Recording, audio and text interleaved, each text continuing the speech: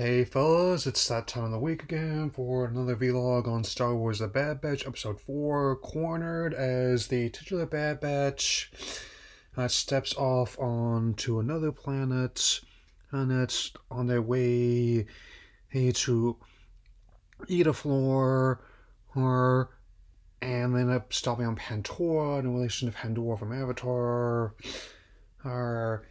They need to broker for supplies. However, Omega's desire to see the planets, here's attraction of bounty hunters who want to collect the price on her head, and whether or not it would be dead or alive. Well, admittedly, it's another one in the first half of the episode takes a bit to get going, but the second half, oh boy, it's really worth the wait, and it is rife with Easter eggs from the saga once again, especially with the chase second half being highly similar to who the one Attack of the Clones main, and even has similarities to some of the games it did, which I know even then it's like going to do like with 1313 and Roger Ragtag, which I still think is kind of weak that they got canned, but I'm at least glad that that ideas from titles to influence the direction Jedi Fallen Order as well as the upcoming sequel. Well, I've gotten further in that. I'm definitely going to work on trying to get further even more, even before I reach full immunity, but I get ahead of myself. Yeah. And other ones to deal with, like, there are droids that similar R2 and 3PO. It's not them, because I couldn't tell they're still on the Tanty 4 by this point in the story, right, since it's still transitioning basically right after the events of Revenge of the Sith, but definitely in the 90s years before the events of New Hope as well. And some of the traitors to deal with include ones that are fighting for Malastare, and one of them is the same race as Junkers in Empire Strikes Back, and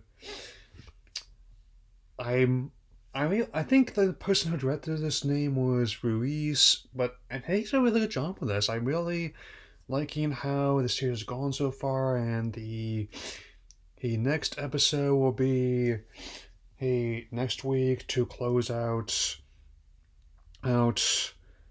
this month, and so I'm not sure if it's gonna be another one when they greenlit the second season before the first season started streaming. However, I would not object to that given how much I love these characters, and definitely be eager to see more of the exploits. And again, they do eventually reunite and we see them again in Rebels, so in many ways it's not just as what we see in that time, but rather how we see it. I mean, people still like to claim there aren't any more ideas. I would respond, it's not always the ideas themselves, what idea to use, but rather how you use them. I mean, I also that's the reason why I mentioned that game earlier, and how you just wanted to make it, where even if ideas not used in one work, that doesn't mean it can't be reutilized again for a different one.